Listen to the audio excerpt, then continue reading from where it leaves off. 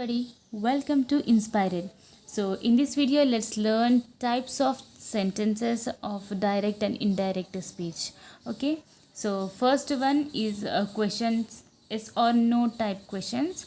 So, example here you see, she asked, "Are you coming?" So,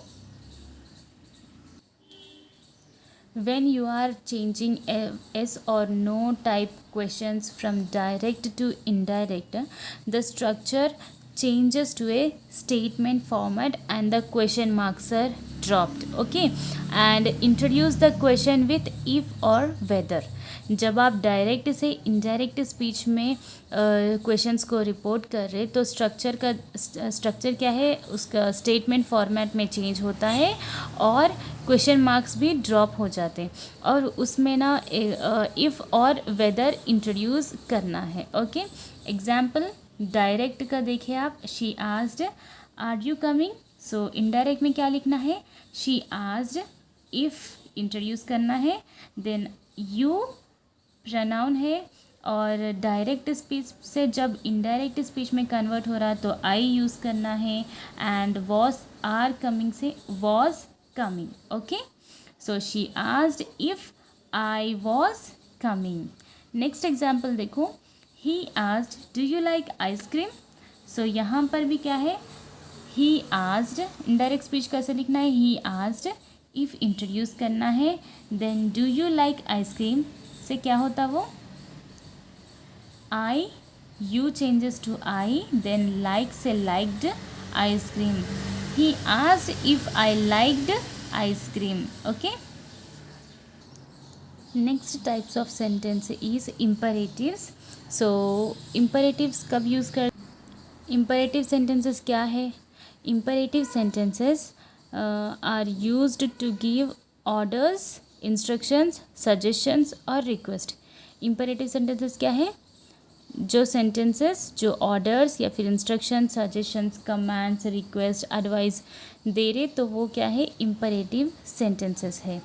okay, so when we report commands, request, advice, we use verbs like told या फिर asked, ordered, हाँ, ordered to the verb in the given speech. So see here example, he said shut the door. So said से क्या हुआ, वो told. imperative sentence में indirect speech में क्या हुआ, he told. said से told, command है ना, order है ना, shut the door. So he told me, introducing to shut the door. Okay, next direct speech example is, she said please help me. So ये request है, she asked me to help her. Okay, next one, the doctor said you should eat healthy food.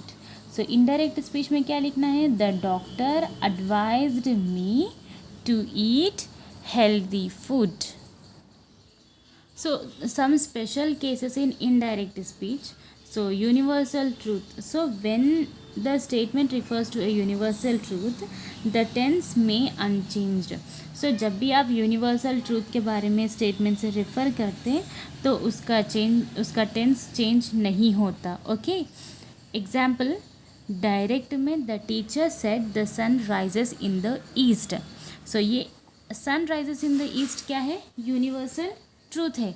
इसीलिए जब वो indirect speech में जब convert कर रहे तो उसका स्टेटमेंट चेंज नहीं होगा. So the teacher said that conjunction add करना है और the same original statement present करना है, जैसे कि the sun rises in the east, the teacher said that the sun rises in the east. Okay, next, reporting present tense or future events. So if the reporting verb is in the present or future tense, there is no tense shift. अगर reporting verb present या फिर future tense में है तो तब भी कोई tense change नहीं होगा. Okay, he says I am leaving. So indirect speech में क्या लिखना है, he says that he is living. Okay, तो जब अपन डायरेक्ट स्पीच में से इनडायरेक्ट स्पीच का जो रिपोर्टिंग वर्ब है वो अगर प्रेजेंट टेंस में है या फिर फ्यूचर टेंस में है तो सेंटेंस चेंज नहीं होगा. ओके, इनडायरेक्ट स्पीच का रिपोर्टिंग वर्ब प्रेजेंट टेंस या फ्यूचर टेंस में है तो टेंस चेंज नहीं होगा. Is that clear? So hope you all understood. If you found my video helpful, then please like, share and subscribe my channel. Thank you for watching.